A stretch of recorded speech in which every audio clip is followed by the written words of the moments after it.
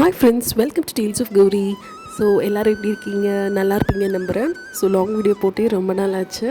இந்த வீடியோமே நான் ரொம்ப லேட்டாக தான் போஸ்ட் பண்ணுறேன், சாரி அதுக்கு. இது பார்த்திங்கன்னா நம்ம லாஸ்ட் வீக் சாட்டர்டே வந்து நாங்கள் மதுரைக்கு ஒரு மேரேஜ்க்காக போயிருந்தோம். ஸோ மேரேஜ் ஃபங்க்ஷன் பார்த்திங்கன்னா மண்டே தான். ஆனால் நாங்கள் 2 நாளுக்கு முன்னாடியே போயிட்டோம் அப்படின்னா நிறைய கோயிலெலாம் போகலாம் அப்படின்னு சொல்லிட்டு பிளான் பண்ணி தான் 2 நாள் முன்னாடியே போயிருந்தோம். ஸோ இது பார்த்திங்கன்னா சனிக்கிழமை காலையில் எடுத்தது. ஃபஸ்ட்டு நாங்கள் வந்து திருப்பரங்குன்றம் தான் போயிருந்தோம். சாட்டர்டேங்கிறதுனால கொஞ்சம் கூட்டமாக தான் இருந்தது. நான் சின்ன வயசில் வந்து திருப்பரங்குன்றம் வந்திருக்கேன், அம்மா அப்பா எல்லாருக்கூடையும். அதுக்கப்புறம் இப்போ தான் வரேன், ரொம்ப வருஷம் ஆயிடுச்சு. ஸோ அதுக்கப்புறம் இப்போ தான் வரேன். ஸோ நல்லபடியாக சுவாமி தரிசனம் பண்ணோம். கரெக்டாக நாங்கள் போகிறப்போ வந்து திருப்பரங்குன்றம் வந்து குடவரை கோயில் தானே. ஸோ அதனால் அங்கே வந்து வேல் மட்டும்தான் எடுத்து அபிஷேகம் பண்ணுவாங்க. ஸோ கரெக்டாக நாங்கள் போகும்போது வேலுக்கு வந்து பால் அபிஷேகம் பண்ணியிருந்தாங்க. ஸோ அதை பார்த்தோன்னே ரொம்ப ஹாப்பி ஆயிடுச்சு. ஸோ அங்கே முடிச்சுட்டு அப்புறம் பார்த்திங்கன்னா நேராக வந்து அழகர் கோயில் தான் வந்திருந்தோம். ஸோ இது இங்கே பார்த்திங்கன்னா இந்த அழகர் மலை அப்படின்னு சொல்லுவாங்க. ஸோ இந்த மலையிலே வந்து நமக்கு 3 கோயில் இருக்குது. ஸோ அடிவாரத்தில் வந்து நமக்கு அழகர் கோயில் இருக்காங்க, பெருமாள் இருக்கார். அப்புறம் நடுவில் வந்து பழமுதிர்ச்சோலை இருக்குது, முருகப்பெருமானோட 6வது படை வீடு. ஸோ அதுக்கப்புறம் மேலே பார்த்திங்கன்னா ராக்காயி அம்மன் அப்படின்னு சொல்லிட்டு ஒரு அம்மன் கோயில் இருக்குது. அங்கேயும் பார்த்திங்கன்னா நிறைய பேர் குளிச்சுட்டு அங்கேருந்து தீர்த்தம்லாம் எடுத்துகிட்டு போனாங்க. ஸோ ஃபஸ்ட்டு நாங்கள் வந்து பழமுதிர்ச்சோலை தான் வந்திருந்தோம். ஸோ அங்கே பார்த்திங்க அப்படின்னா தைப்பூசத்துக்காக ஏற்கனவே கொடியேற்றிருக்காங்க. ஸோ வந்து தினம் அங்கே திருவிழா மாதிரி கொண்டாடிட்டுருக்காங்க. அதனால தான் லைட்ஸ் எல்லாம் போட்டு கோயிலே ரொம்ப கோலாகலமாக ஜேஜின்னு இருந்துச்சு.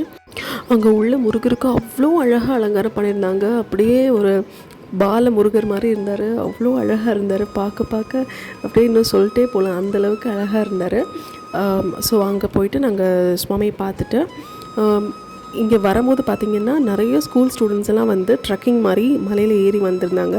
ஸோ வந்துட்டு அரோகரா அரோகரான்னு கோஷம் போட்டோன்னே கோயிலோட வைபே வேறு லெவலில் மாறிடுச்சு. ஸோ அது முடிச்சுட்டு ராக்காயம்மன் கோயில் போயிருந்தோம். அங்கே வந்து ஷூட் பண்ண முடியல, பிகாஸ் அங்கே நிறைய குரங்கெல்லாம் இருந்துச்சு.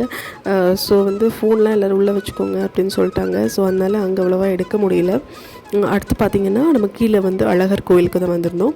ஸோ முதல்ல பார்த்திங்க அப்படின்னா அந்த கருப்பசுவாமி இருக்காங்கல்ல, ஸோ கருப்பசுவாமி கோயில் தான் ஃபஸ்ட்டு கீழே இருக்கும். அதுக்கப்புறம் மேலே பார்த்திங்கன்னா நமக்கு அழகர் கோயில் இருக்கும். ஸோ அங்கே பார்த்திங்கன்னா 3:30 தான் நட திறப்பாங்கன்னு சொல்லிட்டாங்க. ஸோ நாங்கள் ஒரு 3 மணிக்கெலாம் போயிட்டோம். ஸோ ½ அன் ஹவர் அங்கே உட்காந்துருந்தோம்.